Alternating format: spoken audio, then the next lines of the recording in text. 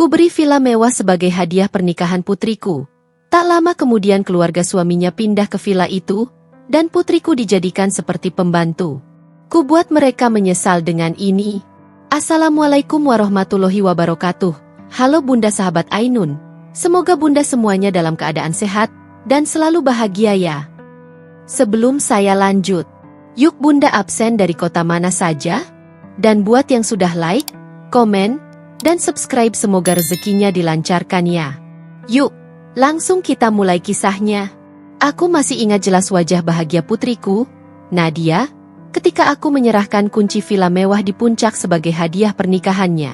Ini rumahmu, nak, tempat kalian memulai hidup baru, kataku sambil menahan haru.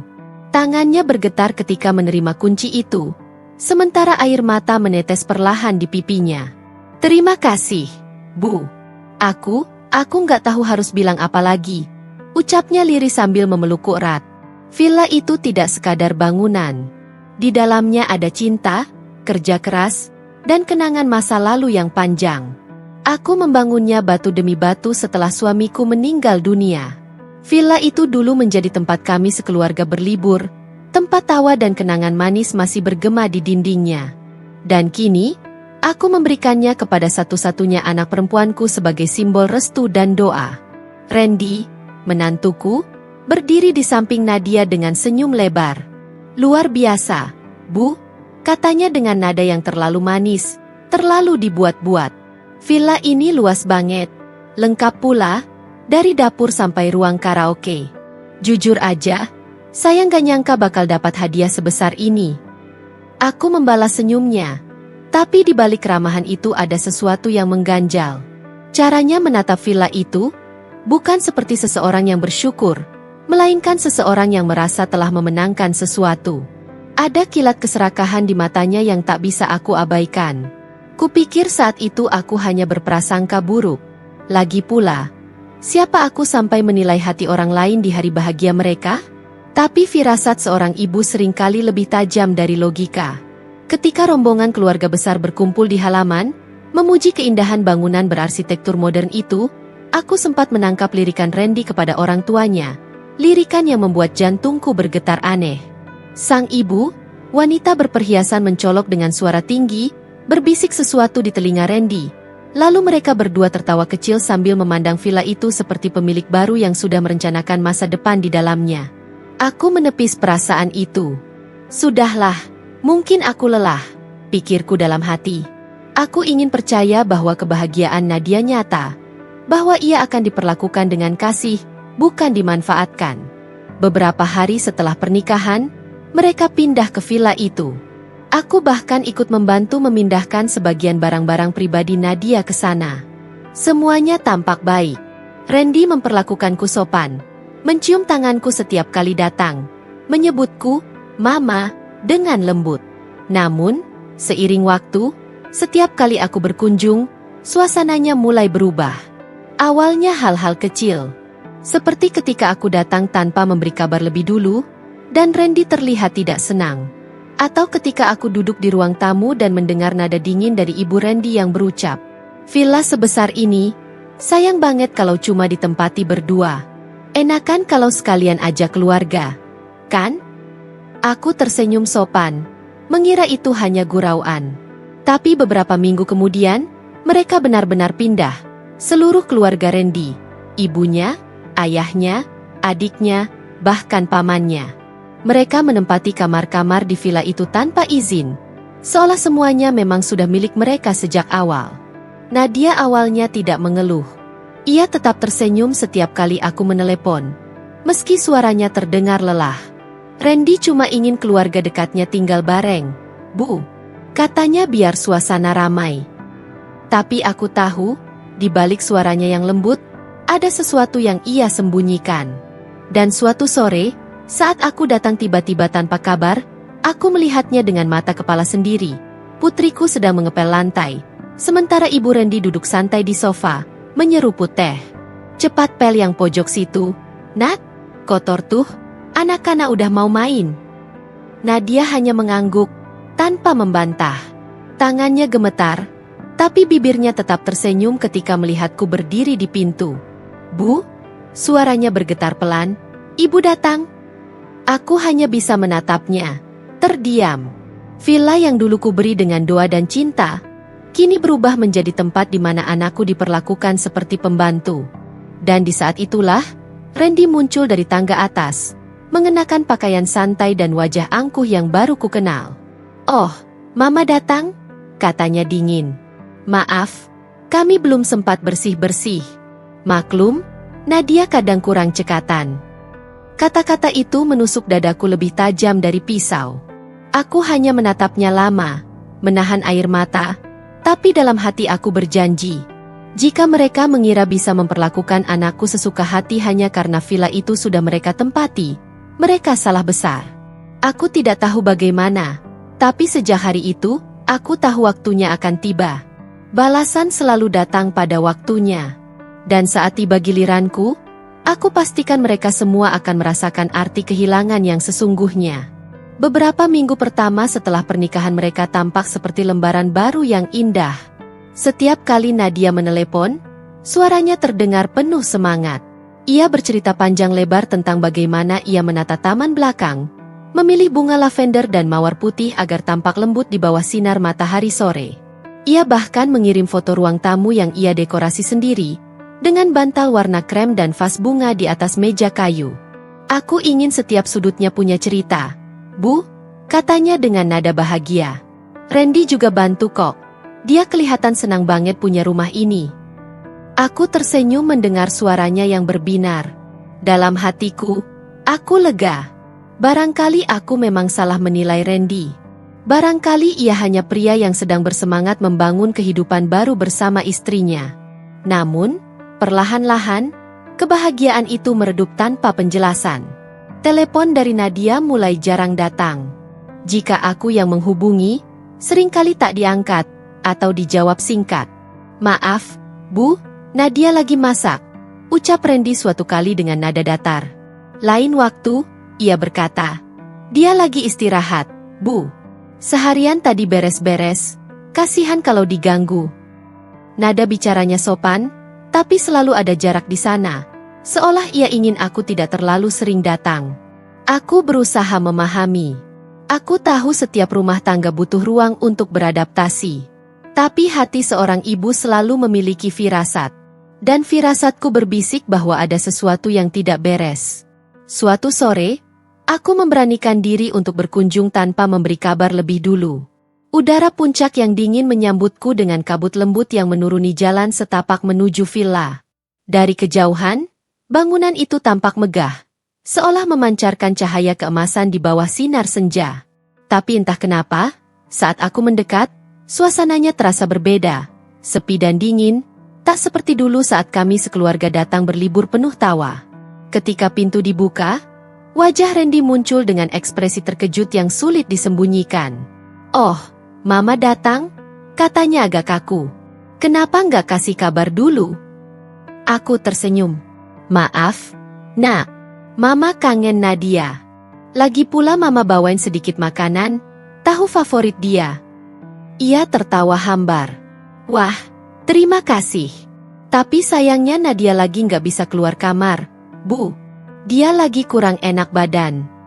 Aku mencoba melangkah masuk, tapi Randy segera menahan dengan sikap halus namun tegas.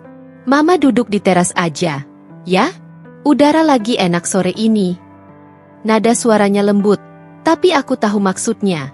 Ia tidak ingin aku melihat sesuatu di dalam. Aku menuruti permintaannya. Kami duduk di teras, dan selama beberapa menit, hanya suara angin yang terdengar. Randy bercerita sekadarnya tentang pekerjaannya, tentang rencana membuka usaha kecil bersama teman-temannya. Tapi entah kenapa, di matanya tidak ada cahaya bahagia seperti yang dulu kulihat di hari pernikahan. Yang ada hanyalah ambisi, dingin, tajam, dan penuh perhitungan. Aku berpura-pura tidak menyadari semuanya. Aku pamit dengan senyum, menyerahkan makanan yang kubawa. "Titip buat Nadia." "Ya," bilang Mama kangen. Randy mengangguk.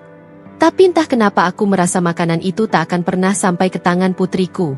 Malamnya, aku tak bisa tidur. Dalam bayanganku, wajah Nadia selalu muncul. Senyumnya, suaranya yang lembut, caranya memelukku dengan penuh kasih. Namun kini, semua terasa jauh. Ada dinding tebal yang memisahkan kami, dan aku tahu dinding itu bukan dari bata atau semen, tapi dari kendali seseorang yang perlahan merampas kebebasan anakku. Beberapa hari kemudian, akhirnya Nadia menghubungiku. Suaranya lembut tapi terdengar lemah. "Maaf, Bu, aku belum sempat nelpon. Di sini banyak yang harus diurus. Bagaimana kabarmu? Nak, kamu baik-baik saja?"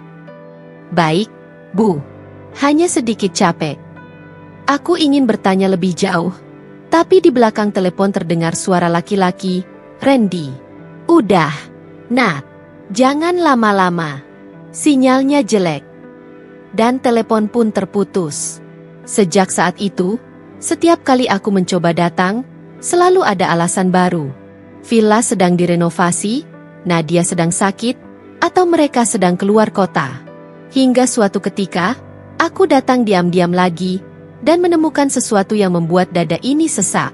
Dari balik pagar, aku melihat seorang wanita parubaya keluar dari mobil, membawa koper besar. Ia disambut oleh Randy dan seorang pria tua yang tampak seperti ayahnya. Mereka tertawa, memeluk wanita itu, lalu masuk bersama ke dalam villa. Tak ada tanda-tanda Nadia di sana. Tak ada wajahnya di balik jendela. Tak ada suaranya dari dapur seperti dulu. Aku berdiri lama di tepi jalan, menatap bangunan yang dulu kuberikan dengan doa. Kini terasa asing, seperti rumah orang lain. Angin sore berembus membawa aroma tanah basah dan suara burung yang kembali ke sarang. Tapi bagiku, semua terasa hampa. Di dalam hati, aku mulai bertanya-tanya. Villa itu sebenarnya milik siapa? Mereka? Atau ego Randy yang makin menelan segalanya? Termasuk kebahagiaan putriku? Aku belum tahu jawabannya. Tapi satu hal pasti, sesuatu sedang berubah, dan perubahan itu tidak menuju arah yang baik. Pagi itu udara puncak begitu segar. Kabut tipis masih menggantung di antara pepohonan pinus, dan suara burung berkicau terdengar sayup dari kejauhan. Aku membawa 2 kantong besar berisi bahan makanan kesukaan Nadia, ayam kampung, sayur segar, dan bumbu yang dulu sering kami masak bersama di dapur kecil rumah lama. Aku sengaja tidak memberi kabar. Rasa rinduku pada Nadia sudah terlalu menumpuk. Aku hanya ingin melihat wajahnya, mendengar tawanya lagi, merasakan hangatnya pelukan anak yang dulu selalu memeluk erat setiap kali aku datang. Tapi begitu mobilku memasuki halaman villa, langkahku terhenti. Gerbang terbuka lebar. Di halaman yang dulu rapi itu kini berderet mobil. 3, mungkin 4. Plat nomornya berbeda-beda, bukan milik Randy. Kursi rotan di teras penuh dengan jemuran pakaian, sandal berserakan di tangga, dan aroma masakan yang anehnya bukan buatan Nadia. Jantungku berdegup pelan namun berat. Aku melangkah masuk tanpa mengetuk. Dan di ruang tamu, mataku langsung menangkap pemandangan yang membuatku terpaku. Duduklah ibu dan adik-adik Randy, santai seolah mereka memang pemilik tempat itu. Ibu Randy mengenakan daster sutra dengan rambut disanggul asal. Di depannya, meja penuh toples kue dan piring bekas sarapan. 2 gadis muda, adik Randy, mungkin, sedang bersenda gurau sambil menonton televisi dengan suara keras. Di sudut ruangan, koper besar dan kardus bertumpuk seperti baru saja pindahan. Aku berdiri di ambang pintu, mencoba menelan rasa terkejutku. "Selamat pagi," sapaku pelan, berusaha sopan. Mereka menoleh hampir bersamaan. Ibu Randy tersenyum lebar, senyum yang tampak ramah, tapi terlalu lebar untuk disebut tulus. "Oh, Mama Nadia. Wah, kebetulan banget. Kami baru aja datang kemarin," katanya dengan nada manis. Aku menatap koper besar di belakangnya, lalu ke sekeliling ruang tamu yang kini tampak jauh dari rapi. "Baru datang, ya?" tanyaku hati-hati. "Ah, iya, cuma sementara aja, kok," jawabnya cepat, seolah sudah hafal alasan itu. "Soalnya rumah di Jakarta lagi direnovasi. Daripada nginep di hotel, ya sekalian aja di sini. Kan rumah keluarga juga. Toh?" "Rumah keluarga." Kata itu membuatku tercekat. Aku tersenyum kaku, mencoba menjaga nada suaraku tetap lembut. Oh begitu. Tapi kalian bawa koper sebanyak itu? Ibu Randy tertawa kecil. Hehe, maklum, Bu. Anak-anak nggak bisa lepas dari barang-barangnya. Nanti juga beres, cuma sebentar aja. Padahal dari tatap matanya, aku tahu, mereka tidak akan pergi dalam waktu dekat. Aku mencoba mencari wajah Nadia, tapi ia tak terlihat. Suara sendok dan panci dari dapur membuatku melangkah ke arah sana. Begitu kulihat sosoknya, hatiku seakan diremas. Putriku berdiri di depan kompor, mengenakan celemek lusuh. Rambutnya diikat asal, wajahnya tampak pucat dan lelah. Tangannya memegang penggorengan besar, sementara keringat menetes di pelipisnya. Iya, Ibu. Saya segera masak lagi, katanya tanpa menoleh. Suaranya lembut, namun berat. Nada bicaranya bukan milik seorang istri yang bahagia, tapi milik seseorang yang terbiasa memberi perintah dan menerima perintah, seperti pembantu. Nadia, panggilku pelan. Ia menoleh cepat, matanya membesar seolah ketahuan melakukan sesuatu yang dilarang. Bu? Suaranya bergetar. Ia buru-buru mematikan kompor dan melepas celemek. Bu, kenapa nggak kasih kabar dulu? Harusnya aku jemput. Aku tersenyum menahan emosi. Mama cuma kangen. Nak, mau lihat kamu. Ia memelukku, tapi aku bisa merasakan tubuhnya gemetar. Bukan karena haru, tapi karena takut. Dari ruang tamu terdengar suara lantang Ibu Randy. Nat, kopi aku belum dibikinin ya? Sama tolong setrikain baju adikmu yang mau keluar. Nadia menjawab pelan, iya, Bu. Sebentar lagi. Aku menatapnya dalam diam, menunggu penjelasan. Tapi ia hanya menunduk, bibirnya bergetar, tak mampu berkata apa-apa. Ketika kami duduk berdua di dapur, aku memegang tangannya. Nadia, mereka tinggal di sini. Ia terdiam sejenak sebelum menjawab lirih. Sementara, Bu, katanya cuma seminggu. Tapi udah 3 minggu lebih. Aku menarik napas panjang. Dan kamu yang urus semuanya? Kalau nggak aku, siapa lagi, Bu? Ia tersenyum paksa. Randy sibuk kerja. Adik-adiknya belum biasa ngurus rumah. Aku menatap wajahnya lama, mencari kilau bahagia di matanya. Tapi yang kutemukan hanya bayangan letih. Kenapa nggak ngomong sama Randy? Tanyaku. Nadia menggeleng. Aku nggak mau ribut, Bu. Aku nggak mau dibilang nggak bisa menyesuaikan diri sama keluarganya. Aku ingin memeluknya dan membawanya pulang saat itu juga. Tapi sebelum sempat bicara lebih jauh, Randy muncul dari tangga dengan wajah datar. Oh, Mama datang, katanya tanpa ekspresi. Maaf, rumah agak berantakan. Soalnya, ya, keluarga sementara nginep. Aku menatapnya dalam diam. Nginep? Sepertinya lebih dari itu. Ia tersenyum kaku. Mama jangan salah paham. Kami cuma mau bantu mereka dulu. Bantu? Ulangku, menahan nada suara yang hampir pecah. Atau malah membiarkan Nadia jadi pembantu di rumah yang Mama berikan. Randy diam sejenak. Lalu menatapku dengan pandangan tajam yang belum pernah kutemui sebelumnya. Mama terlalu cepat menilai. Kalimat itu sederhana, tapi dingin. Penuh tantangan. Aku berdiri, menatap seluruh ruangan yang kini bukan lagi villa milik anakku, melainkan markas keluarga yang datang tanpa izin. Di kepalaku berputar satu pertanyaan yang tak bisa kuhentikan. Bagaimana mungkin sebuah rumah yang kubangun dengan cinta kini berubah menjadi tempat di mana anakku kehilangan harga dirinya? Dan di saat aku melangkah keluar, suara Nadia memanggil pelan dari belakang. Bu, jangan marah ya, nanti malah aku yang dimarahin. Aku menatapnya. Air mata menetes perlahan.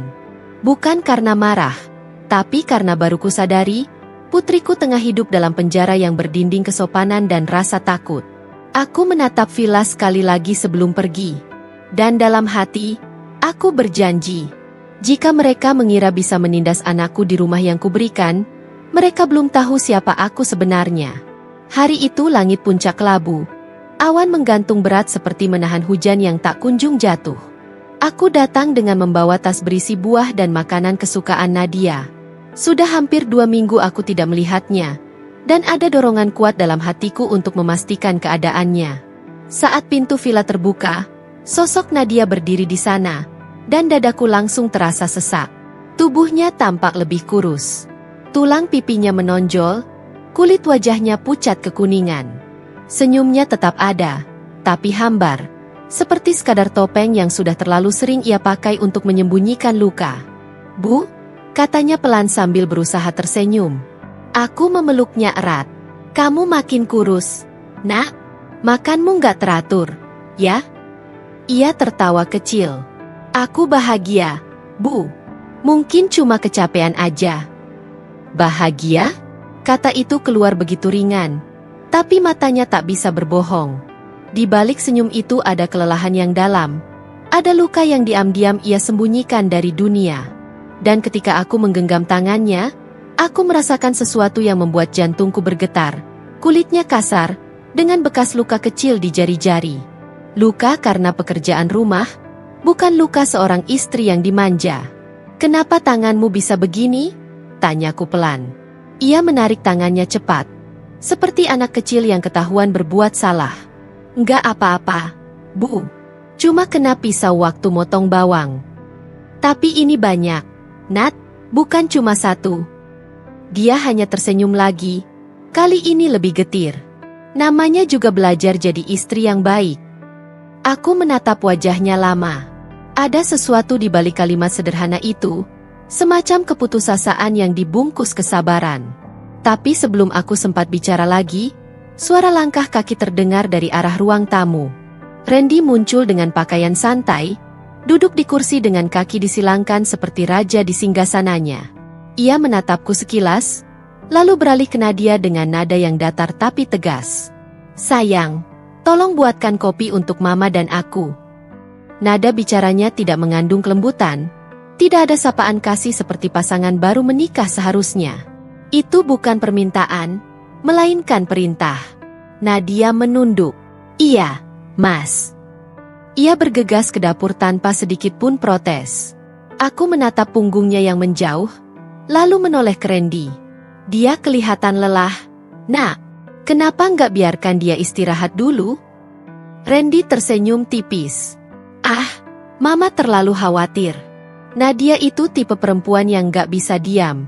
Kalau nggak ngapa-ngapain, malah pusing sendiri." Aku ingin membalas, tapi aku menahan diri. Belum saatnya bicara. Aku harus tahu lebih banyak dulu. Seberapa dalam anakku terjebak dalam kehidupan yang penuh kepura-puraan ini. Sambil menunggu kopi, aku memperhatikan sekeliling.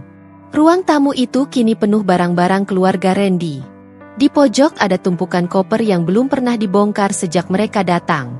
Di atas meja, piring kotor menumpuk, dan suara televisi dari kamar sebelah terdengar keras. Tawa adik-adik Randy bersahutan tanpa peduli. Ketika Nadia datang membawa nampan, tangannya gemetar sedikit. Ia meletakkan 2 cangkir di meja. "Ini, Bu," ucapnya lirih. Randy mengambil cangkirnya tanpa menatap istrinya. "Gula kamu kurangin ya, Nat, terlalu manis bikin cepat diabetes," katanya ringan, tapi nadanya seperti ejekan. Aku menatap Randy lama. Ia terlihat begitu nyaman, begitu berkuasa di rumah yang aku berikan. Setiap gerak-geriknya seperti menandakan bahwa semua yang ada di sini, termasuk putriku, adalah miliknya sepenuhnya. Nadia duduk di ujung sofa, menunduk. Setiap kali aku mencoba menatap matanya, ia selalu mengalihkan pandangan. "Bagaimana pekerjaan rumah, Nat?" tanyaku lembut. "Biasa aja, Bu," jawabnya cepat.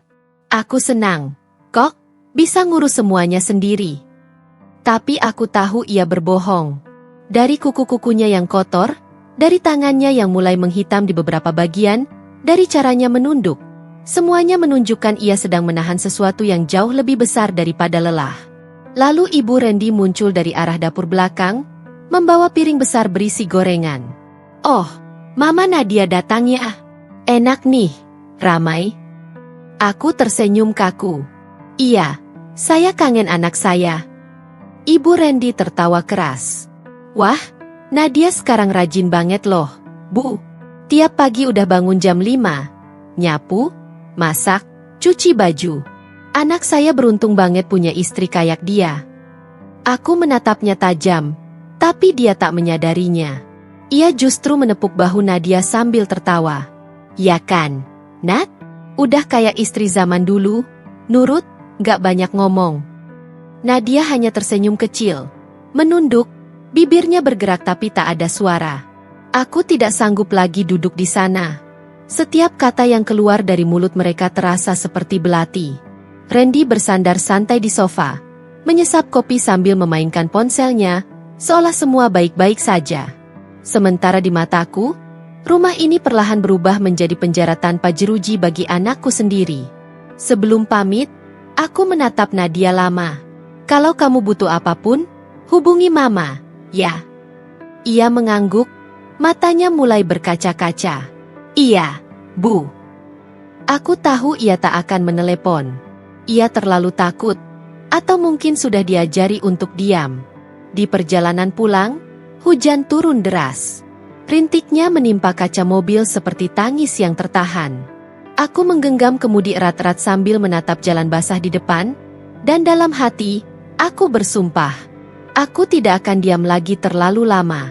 Sebelum segalanya terlambat, aku harus menemukan cara untuk menyelamatkan anakku. Bahkan jika itu berarti harus melawan menantuku sendiri. Suasana makan malam itu seharusnya hangat. Lampu gantung kristal di atas meja memantulkan cahaya lembut ke piring-piring porselen mahal. Aroma sup ayam menguar samar dari dapur, dan denting sendok terdengar pelan. Namun malam itu, setiap suap terasa seperti duri di tenggorokanku. Ibu Randy duduk di ujung meja, seperti ratu yang sedang memimpin pesta. Di sebelahnya, Randy bersandar santai, sesekali melirik ke arah putriku yang mondar-mandir dari dapur ke ruang makan, membawa lauk tambahan. Tubuhnya semakin kurus, matanya sembab, tapi ia tetap tersenyum, senyum yang dipaksakan. Wah, masakan Nadia makin enak, ujar adik Randy sambil mengunyah ayam goreng. Pantas aja, tiap hari dia di dapur terus. Ibu, kita enak banget ya tinggal di villa sebesar ini. Enak, gratis pula. Mereka tertawa. Semua tertawa, kecuali aku dan Nadia. Aku menatapnya lekat. Wajah putriku menunduk, tangannya bergetar saat menuang air putih ke gelas ibu mertuanya. Terima kasih, Bu, katanya lirih. Tapi belum sempat duduk, Ibu Randy berkata dingin, jangan duduk dulu, Nadia. Ambil sambal di dapur. Randy gak suka makan tanpa sambal, kan, Nak? Randy mengangguk pelan tanpa menatap istrinya. Seolah itu hal yang wajar. Seolah memperlakukan istrinya seperti pembantu bukanlah aib. Aku menarik napas dalam, menahan diri. Bu, ucapku dengan suara tenang, sepertinya sambalnya sudah cukup. Tidak perlu repot memerintah Nadia terus-menerus. Dia juga butuh makan. Ibu Randy tersenyum manis, senyum yang menusuk. Maaf, Bu. Kami cuma terbiasa begini. Lagi pula, Nadia itu anaknya penurut. Saya justru bangga punya menantu seperti dia. Bangga? Kata itu menamparku. Aku menatap meja panjang itu, melihat kontras yang menyakitkan. Semua yang mereka nikmati, kursi empuk, piring berukir emas, lampu mahal, semuanya aku yang belikan. Villa ini adalah hadiah pernikahan untuk putriku, tanda kasih seorang ibu yang ingin anaknya hidup bahagia. Tapi kini, rumah itu berubah jadi sarang keserakahan. Nadia, duduklah, kataku dengan nada tegas. Tapi putriku justru tersenyum kecil dan menunduk. Nanti saja, Bu. Biar mereka dulu. Aku tahu, itu bukan lagi kelembutan. Itu kepasrahan. Randy menatapku sekilas, lalu berkata sambil meneguk minumannya. Ibu tidak perlu khawatir. Kami semua di sini menjaga villa ini. Nadia juga nyaman kok, kan, sayang? Nadia hanya mengangguk pelan. Tapi aku melihat mata itu. Mata yang dulu berbinar penuh cinta kini kosong, kehilangan cahaya. Aku meletakkan sendokku perlahan. Kalau begitu, jaga baik-baik. Karena rumah ini bukan untuk kalian tinggali selamanya. Randy tersenyum kaku, sementara ibunya tertawa kecil. Maksud ibu apa? Bukankah sudah jadi milik keluarga Nadia? Ya otomatis milik Randy juga, kan? Namanya juga suami istri. Aku tersenyum. Tapi senyumku kali ini bukan lagi lembut seperti dulu. Belum tentu, Bu. Beberapa hal di dunia ini masih atas nama saya. Dan ada batas kesabaran seorang ibu. Keheningan turun. Sendok berhenti. Tatapan Randy berubah. Tajam dan menahan emosi. Aku berdiri perlahan, menatap putriku yang masih menunduk di ujung meja. Makanlah, Nak. Jangan biarkan siapapun membuatmu lupa siapa dirimu. Lalu aku melangkah pergi. Tapi dalam hati, bara kecil itu menyala lebih terang. Malam itu, di balik wajah tenangku, rencana balasan mulai kususun satu persatu.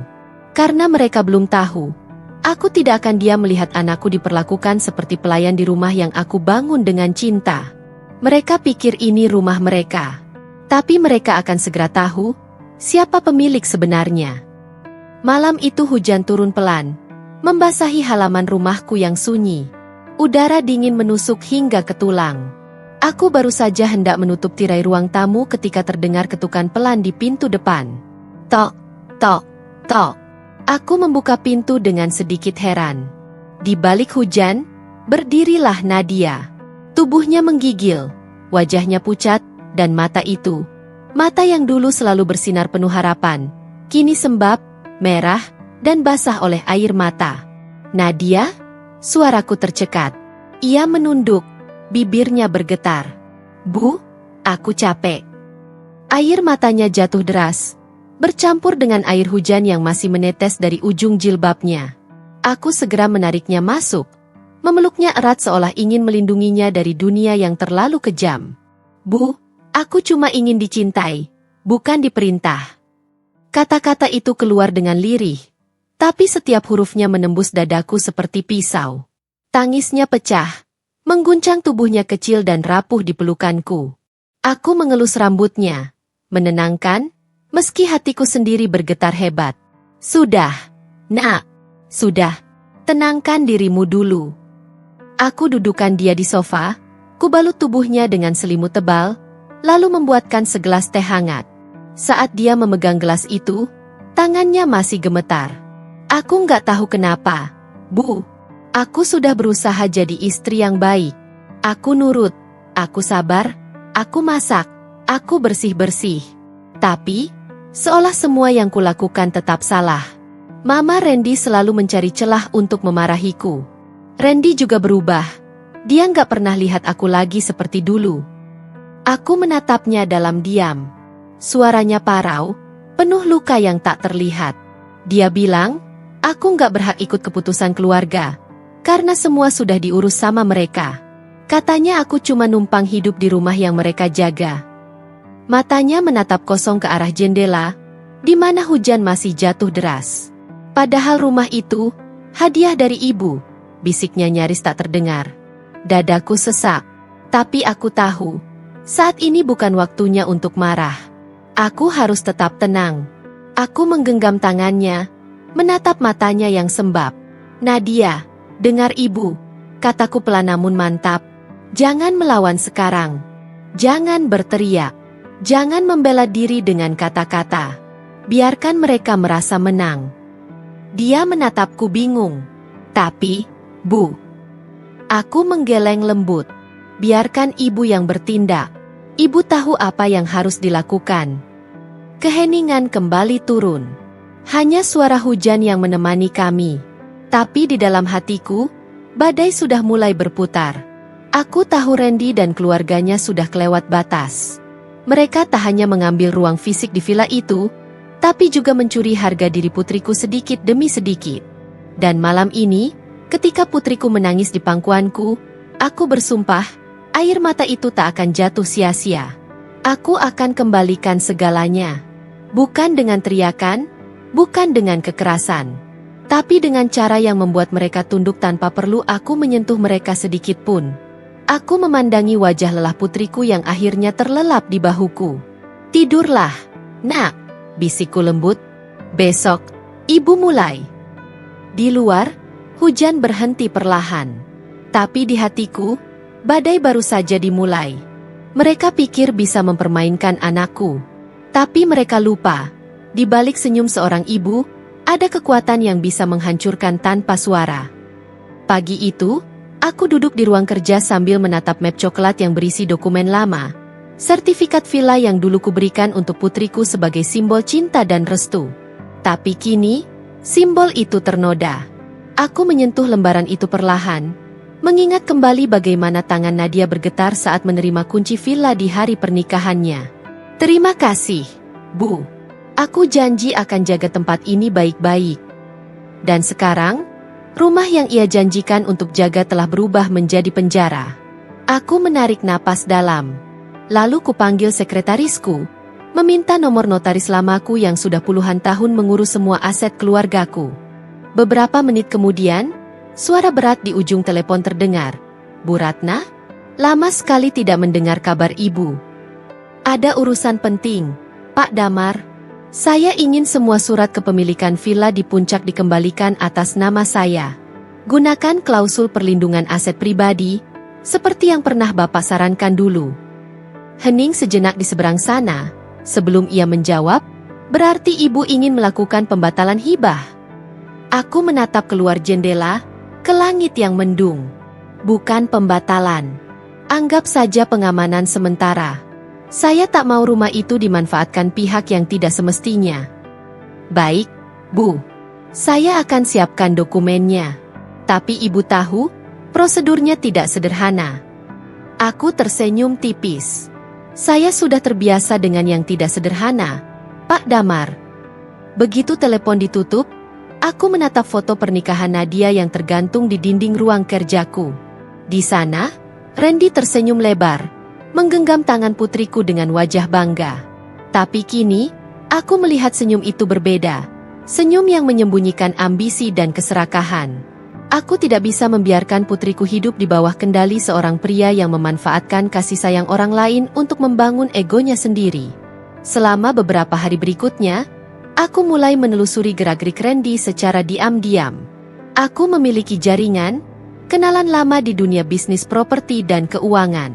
Tak butuh waktu lama hingga informasi itu datang. Randy meminjam dana cukup besar.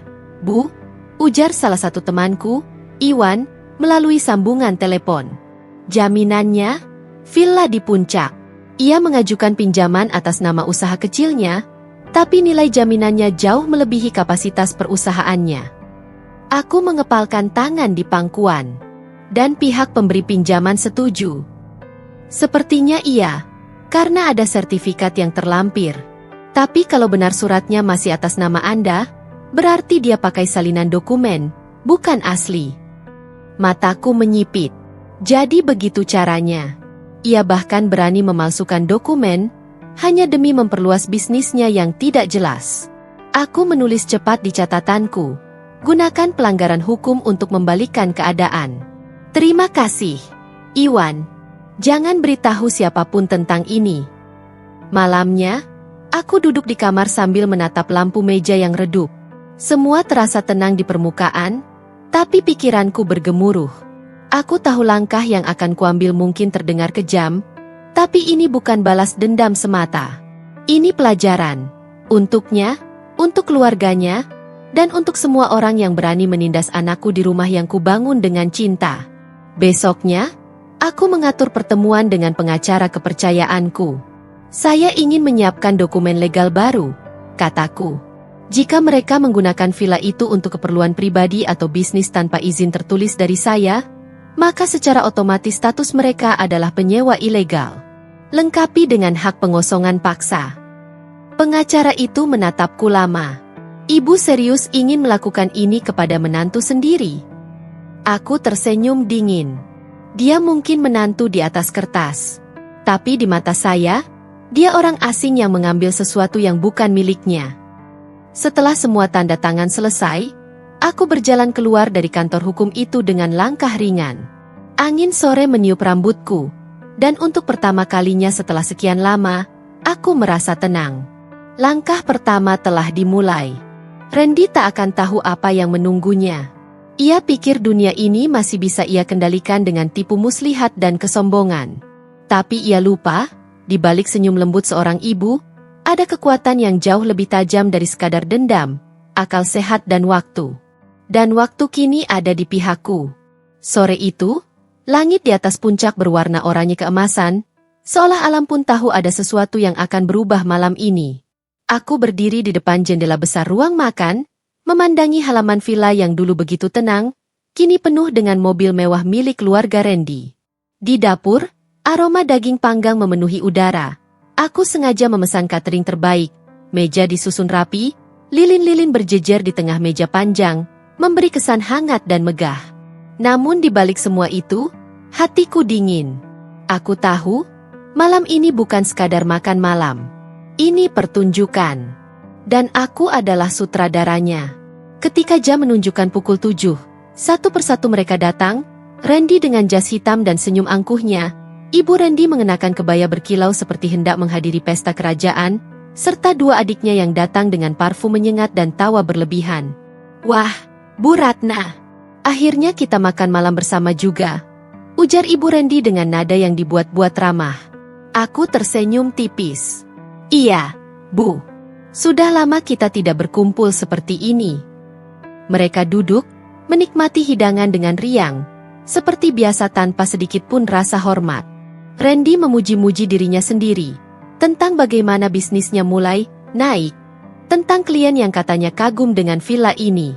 Sementara Nadia duduk diam di ujung meja, menunduk, nyaris tak bersuara. Sesekali aku melihat jemarinya yang gemetar di pangkuan. Aku menatap putriku sejenak, lalu kembali ke Randy.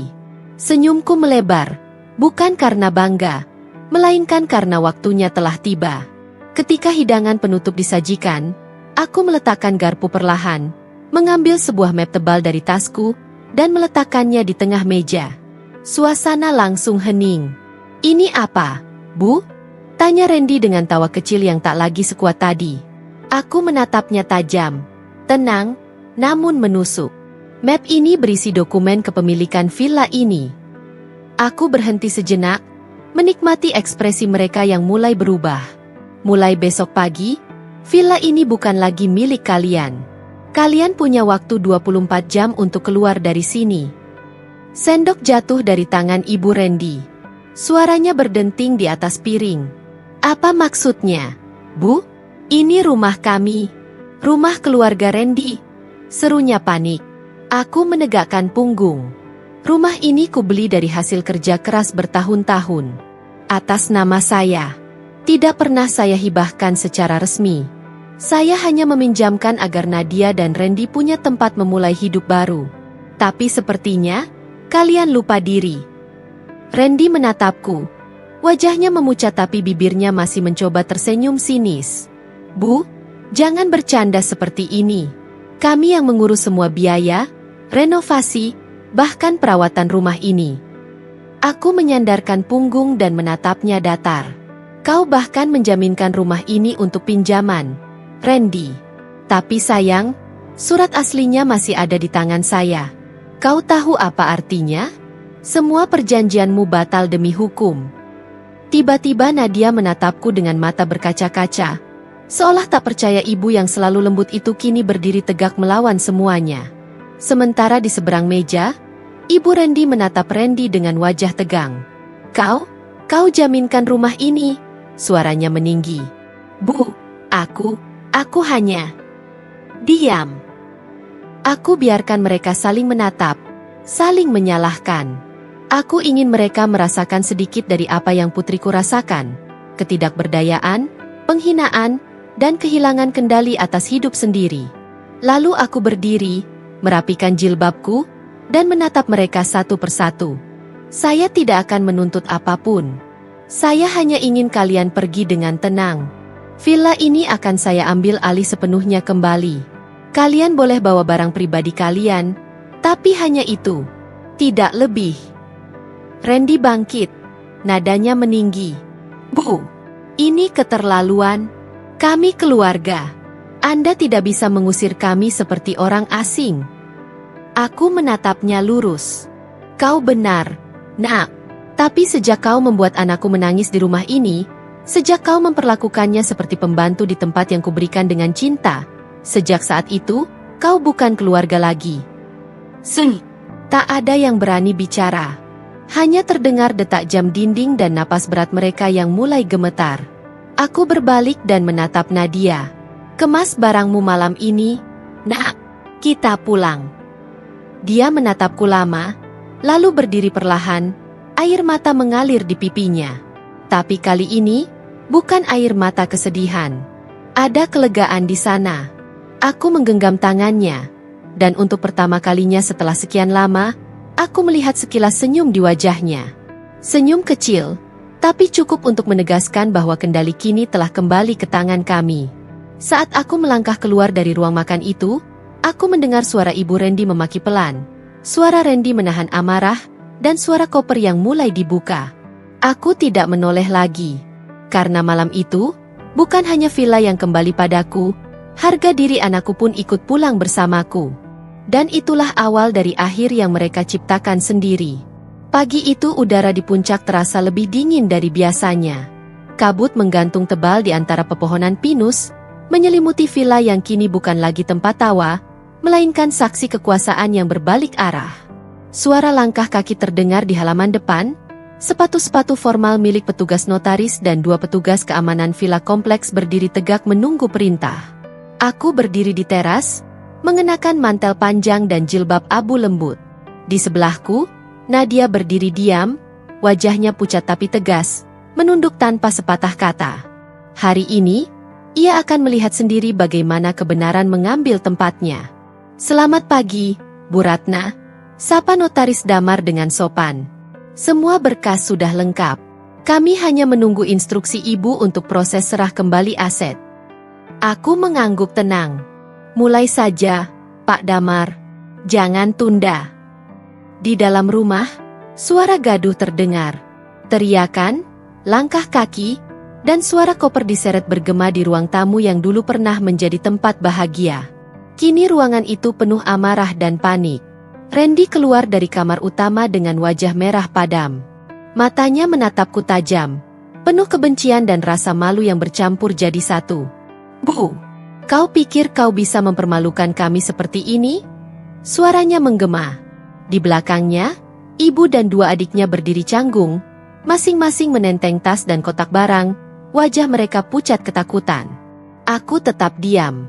Tak ada yang lebih menenangkan dari keheningan yang penuh kendali. Ketika Randy mendekat, aku menatapnya lurus tanpa bergeming. Tidak, Randy. Aku tidak mempermalukan kalian. Kalianlah yang mempermalukan diri kalian sendiri. Nada suaraku datar, tapi cukup tajam untuk memotong udara yang tegang di antara kami. Randy tertawa getir, mencoba menutupi kegugupannya. Semua ini karena Nadia, kan? Kau terlalu memanjakannya. Dia nggak kuat hidup susah. Jadi sekarang kalian berdua mau usir kami dari rumah yang selama ini kami rawat. Aku melangkah 1 langkah ke depan. Rumah ini tidak pernah menjadi milikmu, Randy. Kau hanya menempatinya karena kemurahan hati. Tapi yang kau lakukan adalah merusak, bukan merawat. Kau memanfaatkan kepercayaan, memperlakukan istrimu seperti pembantu, dan menjadikan rumah ini alat untuk menipu dirimu sendiri. Randy ingin membalas, tapi suaranya tenggelam ketika notaris Damar berbicara dengan nada formal. Sesuai dengan perjanjian hukum dan surat kepemilikan yang telah dikonfirmasi ulang, seluruh hak atas properti ini kembali kepada pemilik sah, yaitu Ibu Ratna Wulandari. Anda dan keluarga diberi waktu hingga siang ini untuk mengosongkan tempat. Hening. Hanya terdengar deru mobil di kejauhan dan suara angin yang meniup tirai ruang tamu. Ibu Randy terisak. Randy, kita mau kemana, Nak? Randy tidak menjawab. Matanya merah, rahangnya mengeras, tapi tubuhnya tampak goyah.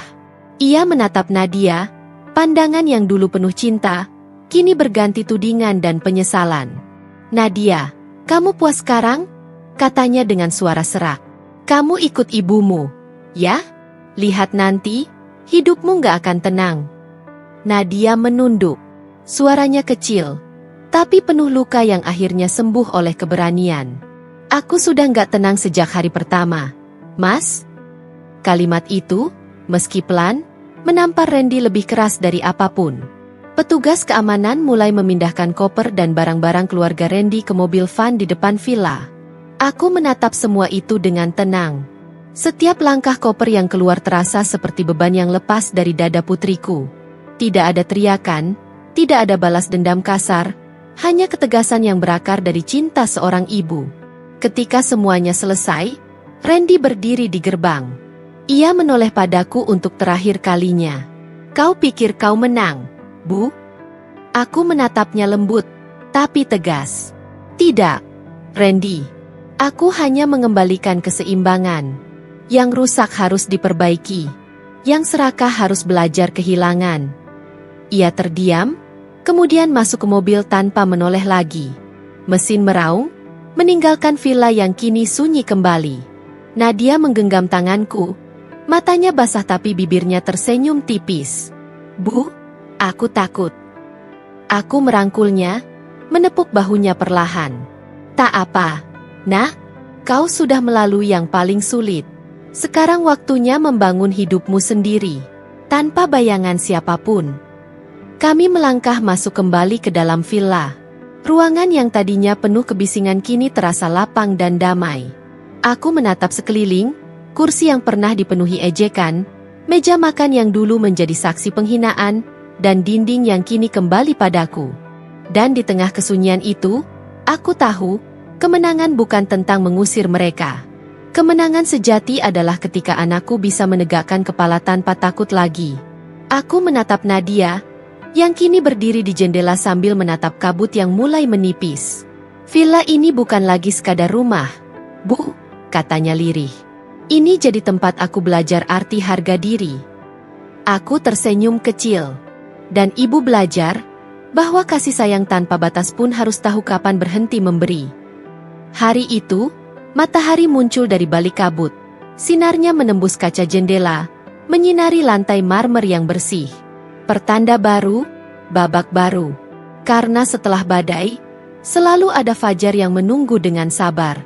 Kabar tentang kebangkrutan bisnis Randy menyebar cepat. Seperti api kecil yang menjilat bensin. Dalam seminggu seluruh rekan bisnisnya tahu bahwa ia telah kehilangan agunan utama. Villa yang selama ini menjadi simbol keberhasilannya. "Randy menipu investor," kata seseorang di kafe. "Dia menjaminkan aset yang bukan miliknya," sahut yang lain. Kabar itu terus berputar, memperkeruh nama yang dulu dielu-elukan. Randy mencoba bertahan. Ia meminjam ke sana-sini, mendatangi teman lama, mengemis belas kasihan. Tapi setiap kali ia melangkah ke pintu seseorang, yang dibalas hanyalah tatapan iba bercampur jijik. "Aku janji, akan aku kembalikan semuanya," katanya pada salah satu rekan bisnisnya. Namun pria itu hanya menggeleng. "Randy, orang sepertimu tidak punya janji lagi untuk ditepati." Malam itu, ia pulang dengan langkah berat. Ibu dan adiknya duduk di ruang tamu rumah kontrakan sempit yang baru mereka tempati. Dindingnya kusam, udara pengap, lampu remang. Sang ibu memijit keningnya, menatap anaknya dengan wajah kecewa. "Kau sudah menyeret kami dari villa ke rumah seperti ini. Apa kau bangga?" ucap ibunya dingin. Randy diam. Ia ingin marah, tapi bahkan harga dirinya tak punya tempat lagi untuk berdiri. Di sisi lain kota, aku duduk di balkon villa itu bersama Nadia. Udara malam menenangkan, tapi aku tahu, di dada anakku masih ada luka yang belum sembuh. "Bu, aku kasihan sama dia," katanya pelan. Aku menatap putriku lama. "Kasihan, Nak, bukan berarti harus kembali. Belas kasihan itu hanya boleh kau berikan dari jauh, agar tidak melukai dirimu lagi." Nadia menunduk. Matanya berkaca-kaca, tapi kali ini bukan karena sedih, melainkan lega. Untuk pertama kalinya dalam waktu yang lama, ia tidak takut berbicara, tidak takut bernafas di ruang yang ia cintai dulu. Sementara itu, Randy semakin tenggelam. Pinjamannya menumpuk, dan para rentenir mulai datang menagih. Mobilnya disita. Handphonenya disambar debt collector di jalan. Dalam keputusasaan, ia datang ke depan gerbang villa. Aku melihatnya dari balkon. Rambutnya kusut, wajahnya lelah, matanya kosong. "Bu, izinkan aku bicara dengan Nadia," katanya memohon. Aku berdiri tegak di atas balkon, memandang ke bawah dengan tenang. Dia tidak ingin bicara, Randy. Dia sudah cukup tersakiti. "Aku cuma mau minta maaf." "Maaf bukan tiket untuk kembali," jawabku pelan tapi tajam. Ia terdiam, menunduk. Mungkin baru kali itu ia benar-benar merasa kehilangan segalanya. Harta, kehormatan, dan cinta yang dulu ia injak tanpa rasa bersalah. Malam semakin larut. Randy melangkah pergi dengan punggung membungkuk, menembus dingin angin yang membawa sisa-sisa kebanggaannya pergi. Dari balik kaca, Nadia berdiri di sampingku, memegang tanganku erat. "Bu, aku ingin bekerja lagi. Aku ingin berdiri dengan kakiku sendiri," katanya tegas. Aku tersenyum bangga. "Itu keputusan terbaikmu, Nak. Biarkan masa lalu jadi pelajaran, bukan penjara." Di kejauhan, aku masih bisa melihat bayangan Randy yang menjauh dalam gelap. Ia tak lagi sombong, tak lagi berkuasa. Dan untuk pertama kalinya, aku benar-benar yakin, keadilan, meski datang perlahan, selalu menemukan jalannya. Matahari pagi menembus lembut lewat jendela kaca besar di taman belakang villa. Di sanalah Nadia kini menghabiskan waktunya, bukan lagi dengan air mata, tapi dengan aroma kopi dan bunga segar yang mekar setiap hari. Kafe kecilnya, Bloom Brew, berdiri sederhana namun hangat. Meja kayu bercat putih, pot-pot bunga gantung, dan aroma vanila bercampur melati menciptakan suasana yang menenangkan. Pengunjung mulai berdatangan, tetangga, sahabat lama, dan beberapa turis yang tersesat lalu jatuh cinta pada tempat itu. Nadia menyapa setiap tamu dengan senyum lembut yang dulu sempat hilang dari wajahnya. Ada kekuatan baru di balik suaranya. Ada kedewasaan yang lahir dari luka. "Selamat pagi, silakan duduk. Hari ini kami punya menu baru, teh rosella buatan sendiri," katanya ramah. Aku duduk di sudut taman, memperhatikannya bekerja. Setiap gerakannya tenang dan penuh makna. Dulu ia takut salah, takut disalahkan. Kini, ia berani mengambil keputusan sendiri, bahkan jika itu berarti harus gagal dulu untuk belajar. Kadang, aku melihatnya berbicara dengan pengunjung muda tentang keberanian dan kemandirian. "Kalau kamu pernah jatuh, jangan takut berdiri lagi," ucapnya pada seorang gadis SMA yang tampak sedih. Aku tersenyum. Ia tak tahu, kata-katanya adalah pantulan dari yang pernah kukatakan dulu, kini tumbuh menjadi miliknya sendiri. Beberapa bulan kemudian, kafenya mulai dikenal. Media lokal menulis artikel, "Dari air mata ke aroma bunga, kisah perempuan yang bangkit dari luka." Ia tak ingin terkenal, tapi kebaikan dan ketulusan selalu menemukan jalannya sendiri. Suatu sore, ketika matahari tenggelam, seseorang datang ke kafe itu. Tubuhnya kurus, pakaiannya kusut, dan matanya menyimpan penyesalan dalam. "Randy." Nadia menatapnya lama, tanpa marah, tanpa benci, hanya keheningan yang memisahkan mereka. "Aku hanya ingin bilang maaf," kata Randy lirih. Nadia tersenyum kecil. "Kau tidak perlu meminta maaf. Aku sudah memaafkan, bahkan sebelum kau datang." Ia menatap ke arah bunga-bunga di sekeliling mereka. "Tapi maaf tidak berarti aku kembali."